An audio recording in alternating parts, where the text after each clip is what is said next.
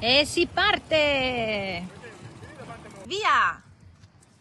Una giornata di vacanza tutti assieme in sella alle bici. È quella che hanno potuto godere sul litorale di Bibione il piccolo Cesare con il fratellino Edoardo, mamma Federica e papà Alberto, lottici di Rubano.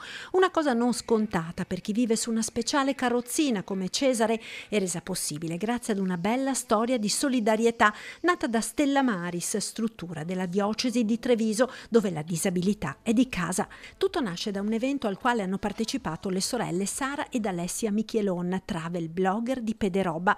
Per l'occasione è necessario trovare una bici che consenta ad Alessia di percorrere la ciclabile lungomare pur essendo in carrozzina, e una bici di quel tipo ce l'ha la cooperativa San Francesco di Tezze sul Brenta, che con i ragazzi del centro diurno era stata proprio qui in vacanza. Detto, fatto, la bici da Tezze arriva a Bibione, Alessia la può utilizzare e pure dopo l'evento la cooperativa concede di lasciarla sul litorale a disposizione di altri ospiti con disabilità.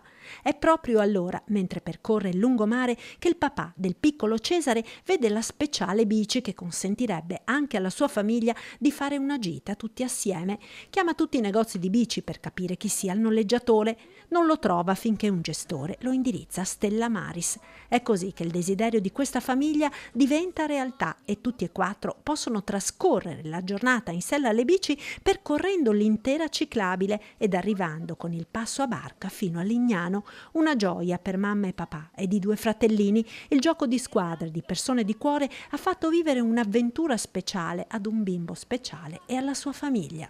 E siamo approdati a Lignano. Abbiamo fatto il giro con il ferryboat, non ci ferma nessuno. Siamo in mezzo alla pineta di Lignano. Lignano Pineta. Eccoci. Io comunque mi sto alle costole, mami! Bravo, stammi alle costole. Anche papà, aiuto, sta arrivando anche papà. Guarda, Ma no, miseria! si supera.